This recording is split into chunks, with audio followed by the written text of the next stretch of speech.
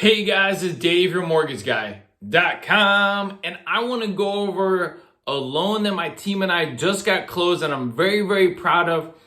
It was for a veteran who was literally on the cusp of losing his dream house and about $20,000 in earnest money because Quicken royally screwed up their loan, denied it, and then we were able to get it closed, okay? This one was very, very involved. There was multiple layers of items that we overcame, and I want to kind of go over that. So how it started was a major builder, their sales rep reached out to me and said, hey, Quicken has missed the closing date. They're getting the runaround. It doesn't look good, and I really need you to save the loan, okay? Well, from that date, they had already, Quicken / Rocket Mortgage, whatever, it's the same, right? Had missed the closing date once and they were about to miss the next closing date. The builder said, look, I can get you an extension for 3 weeks, but that's it. If you can't close in 3 weeks, the loan's dead, the deal's dead, the client loses the house, loses the earnest money. That's a lot of stress going into a situation, right? Because one, we have to figure out what we need to do to get the loan approved without knowing, right? We don't even have the file at that point and still get it closed in time. Okay, so one of the things that Quicken asked the client to do that made no sense was they had them jumping through hoops. And then one of the things was, hey, go out and buy a car for cash. Okay, that was horrible advice. That was actually not even relevant to the file. It did not make a change on anything and it didn't help the client. So that was really bad advice that he then had to, he did based on that advice, it didn't help him any. So the first item that we ran into was this. They are self-employed.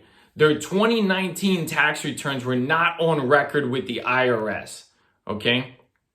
Now, I'm not gonna dig into that more. I did a video on ways to get around the tax returns not being on record with the IRS, so they could not get IRS transcripts. I did another video on that on ways to get around that, and one of those is how we did it in this scenario, okay? So we got over that. The next thing was they did not have enough residual income. When it comes to a VA loan, the veteran has to have residual income left over. This being income after the mortgage, bills, all of those things.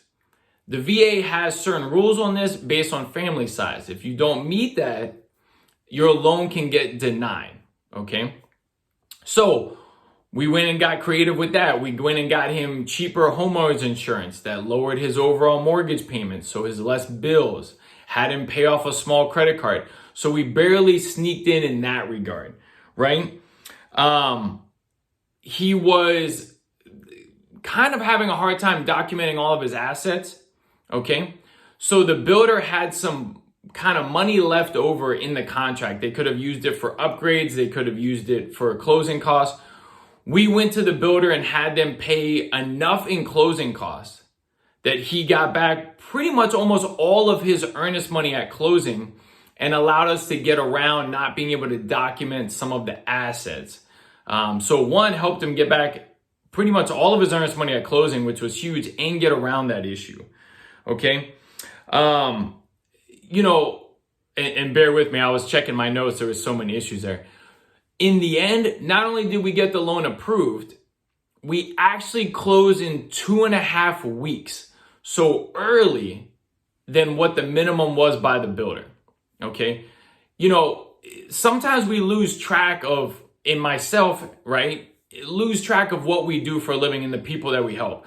The truth of the matter is the client was in a hotel. Since their first closing date, they had missed with Quicken, okay? And if they lose this house, they also lose about $20,000 in earnest money, which I mentioned before, okay?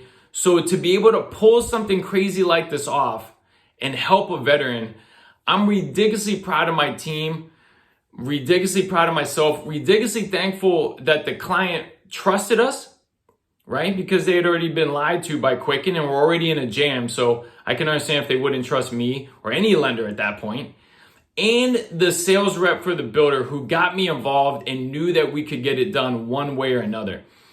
Super, super proud of this file.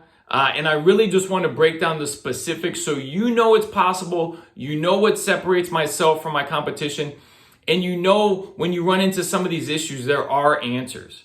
All right? Call or email me if you need anything. Comment down below. Subscribe to my YouTube channel. And if you find my videos helpful, I'd love to be your lender. Thanks, guys.